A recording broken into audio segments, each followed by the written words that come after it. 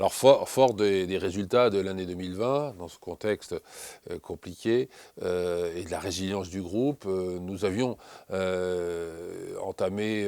depuis quelques années un plan Boost 2020 qui a vu son aboutissement, à la fois sur la croissance, un peu moins sur l'amélioration de notre performance, et nous avons décidé d'entamer, après ce repositionnement du groupe, cette nouvelle configuration, cette transformation globale, puisque maintenant avec 2,2 milliards, nous avons atteint un nouveau palier dans notre stratégie et nous avons construit notre plan Upscale 23 sur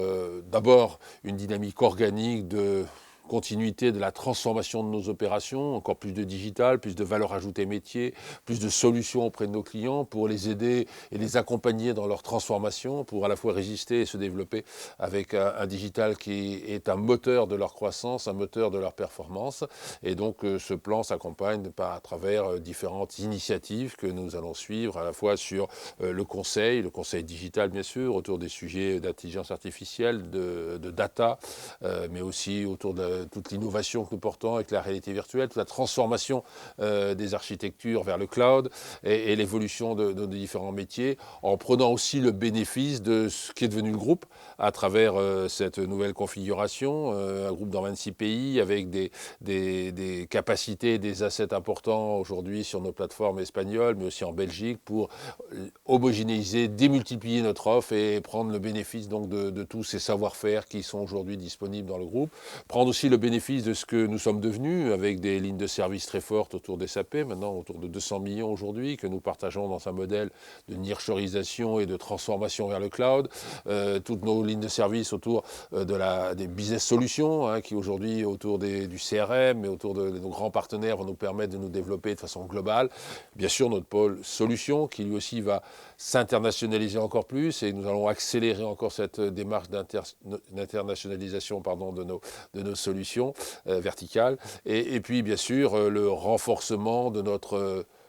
présence locale, avec dans tous nos pays cette volonté d'accompagner nos clients avec une intimité, une agilité, ce qu'on a pu démontrer d'ailleurs sur l'année 2020, une démarche d'industrialisation qui maintenant est accélérée avec de l'automatisation, qui va apporter notre pertinence et notre efficience auprès de nos clients qui sont là encore en recherche, je dirais, d'optimisation de leur plateforme. Et puis ce focus autour des solutions et de l'innovation qui vont encore porter nos offres, et nous déclinons dans notre programme une stratégie organique de transformation qui devrait nous permettre de monter à autour de 2,3 milliards et 2,4 milliards avec quelques acquisitions qui vont porter le développement du groupe dans une stratégie d'acquisition qui restera structurée autour d'une volonté forte d'être un acteur majeur dans tous nos pays. Nous ciblons le top 5,